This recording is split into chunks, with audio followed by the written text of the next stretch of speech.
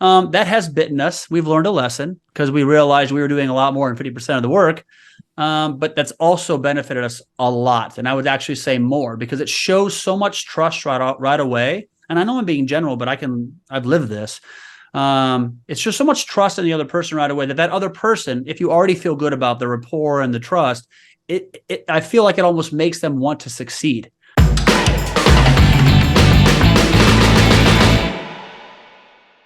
It sounds like the way we started is a lot like you. We just kind of learned as we went.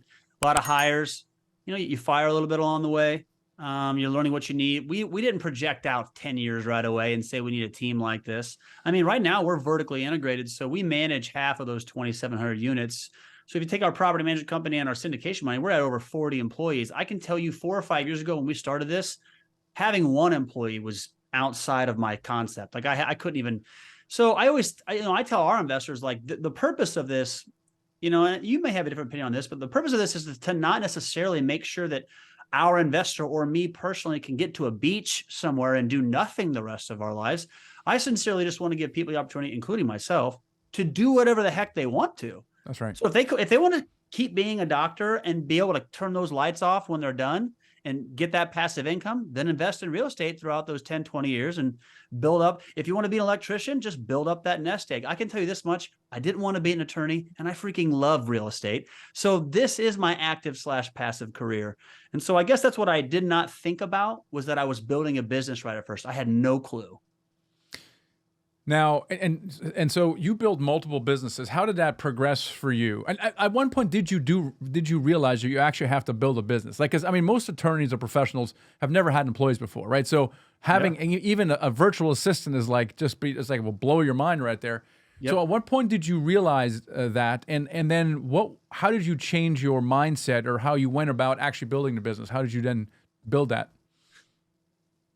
It's almost like I'm in a psychiatry session thinking back about the lessons I've learned, because it's hilarious how took me 4 years to realize I don't need to be the one changing the toilets, but it took me another 4 years to realize I don't need to be the one doing the books. I mean, I don't need to be the one who's managing the property. Looking back, I guess I should have made that decision quicker. We hired our first employee in 2020. So, and then that was kind of a catch-all, and he's still with us. Nick's a great guy. He's really heavy into acquisitions now. And then it was a CPA in-house, and now it's, we have more acquisitions guys. We have an underwriter. We have a capital raiser now. And I think it just, as the business grew, and I hate this phrase only because it's used so much, but I actually live it, is that I realized that I needed to start working more on my business than in my business. And I know that's kind of cliche, but gosh dang, is that true? And over the last 3 years, now we have 40 employees. So I mean, I agree with you. I think in the early days we just try to do deals, and then we realize we have to build a business, and we do everything ourselves and get a virtual assistant, but we're still doing everything. And then until we realize yet again through pain and suffering, exactly, that, oh my gosh, I gotta stop doing everything. I actually have to hire more help. But no, I don't. Then I have to pay for someone. Then I make less money, and so I'm just gonna keep doing it because $60,000. No, I'm gonna keep that money. Yeah. And so we do things on our own for too long. And I wish, like you, someone would have sat me down. Michael, you're an idiot. Here's what you need to do. You need to hire this out because to me, and I found reading a book right now, or just read it, 10X is easier than 2X. Great. I just finished that myself. And funny, because it just came out. And, it's like you have to change your thinking and focus on the 20% that's going to get you to the next level. If you're going to do that, you have to give up 80% of what you're doing right now. If you don't, you will not get to that next level. You're going to continue working yourself to the bone until you burn out. And so I actually Nighthawk I built with that intention. This is why I have 2 partners.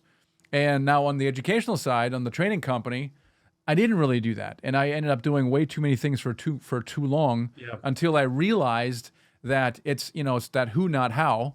I need to have more who's and figure out and worry less about the hows. And so, is that something that you've already been able to achieve, or something you're working on? We have achieved it in certain areas. I mean, heck, our CPA left a 180 member CPA firm to come over and join our team as our in-house director of financing. Why? Because I hate doing stuff like that. And he's the subject matter expert, right? He's just great at it. Have we perfected it? No. But it's funny, we're having this conversation. Just today, I met with some of my partners in one of our other businesses, and the question was, do we have room for a $150,000 hire? That's a lot of money. But we realized it would triple our revenue, triple our profit, actually, not our revenue, it would triple our actual profit. And we'd earn 5,000 less, but we'd earn 5,000 less a month than that tripled profit. So it's not even a question. It's just looking at it differently. It's not about how much it's about how much time you're wasting when you could just pay someone to get it done so you can grow the business. And I guess it's a little redundant, but you get what I'm saying. Can you be more specific about that role and why you're saying that this for $5,000 per month is a $60,000 salary? What's the role and how would that person result in 3 times more profit? Sure. So this business, the business we have another business named Liquid Lending Solutions. It's a hard money business. Oh, yeah. It's actually built off of investors, just like our syndications, right? So a lot of our investors will put their money in, and we have a fund and whatnot. They're earning 8 to 10% or whatever, getting paid monthly. But the individual that we would use would kind of help build that business by building the relationships with more access to money, some lending relationships, because we already have a line of credit with banks, and actually act as somewhat of a chief of staff, if you will, of the business to help grow the business I hope I'm not giving away too much, but you want to operate a business as if you would sell it in 5 years. Not that anybody would. Yeah. But if you're not operating it that way, there's probably a loophole or a problem or an issue with your business. And it realized that, like, if we could just figure out to have that person and remove ourselves from doing the stuff that we typically shouldn't be doing, us 4 owners, we could be out there making the larger relationships, the bigger business building, and it would triple the income. And it's very feasible. I mean, that we've lent out over $60 million, over $55 million already.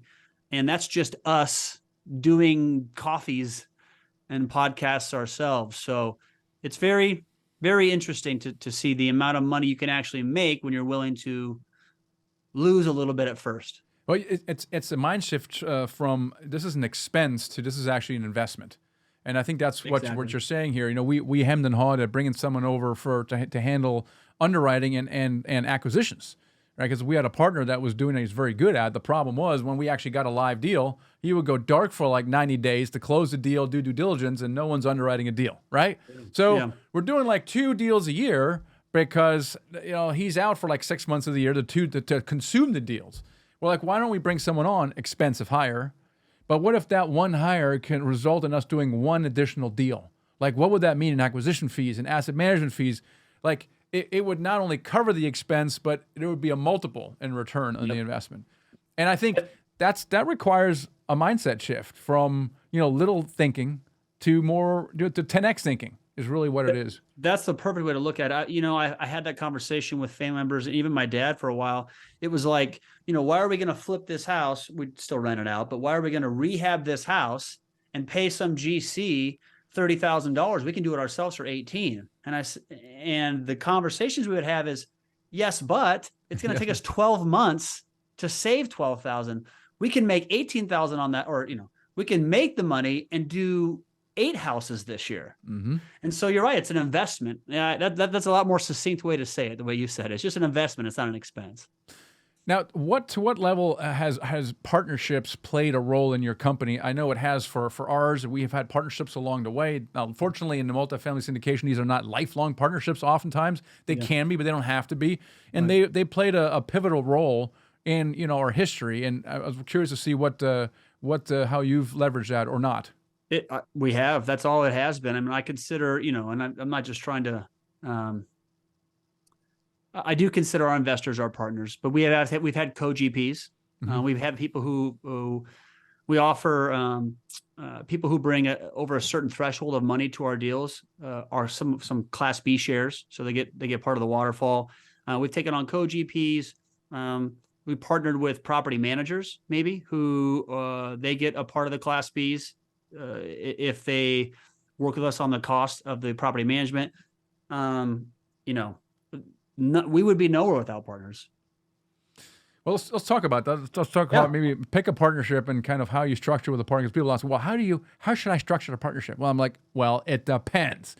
But Yeah. maybe give an example. You don't have to be specific, but maybe how you approached it, why you felt a need for a partner, how maybe you found a partner, and Yeah. and kind of how it went. Because I mean, honestly, not all partnerships go well. You know, some of them don't go well at all. But We've give lived us an that too. example where partnership, you used a partnership and it was maybe the right thing to do or maybe not the right thing to do. Yeah, I could give a good and a bad. I mean, you know, we've always tried to. We're not really into the negotiation part, and what I mean by that is, of course, we negotiate nonstop. But what I mean is, when we're taking on a partner, it's always great to start in somewhat of a 50-50 route. I'm not saying that should always land there. I'm saying in the past, we have jumped into some partnerships and said, you know, we're not going to argue about 40-60 or whatever. Let's just agree to 50-50. That has bitten us. We've learned a lesson because we realized we were doing a lot more than 50% of the work. But that's also benefited us a lot. And I would actually say more because it shows so much trust right away. And I know I'm being general, but I've lived this. It's just so much trust in the other person right away that other person, if you already feel good about the rapport and the trust, I feel like it almost makes them want to succeed. They're like, you know what? They could have argued this forever. They could have argued this for 5 more percentage points, where it's 50-50. We're going to ride or die together, if you will. That has benefited us more than it's hurt us. To give an actual concrete example of way we've done this with a property manager is that we got a property manager to lower their percentages down to 4%. Now, I understand that may sound market, but the reason it's not is that's all we pay at 120 some units. There's no on-site, there's no workman's comp, there's no general admin. We pay 4%, which usually on top of that, you have all the salary. And in exchange for that, we gave them 10% of our Class B shares. And so the owners of that property management company are not only incentivized to make sure that that property is going to perform, but they're going to make sure it performs over our preferred return because that's when they start making more money. And so far, that's really been successful as well. Nice.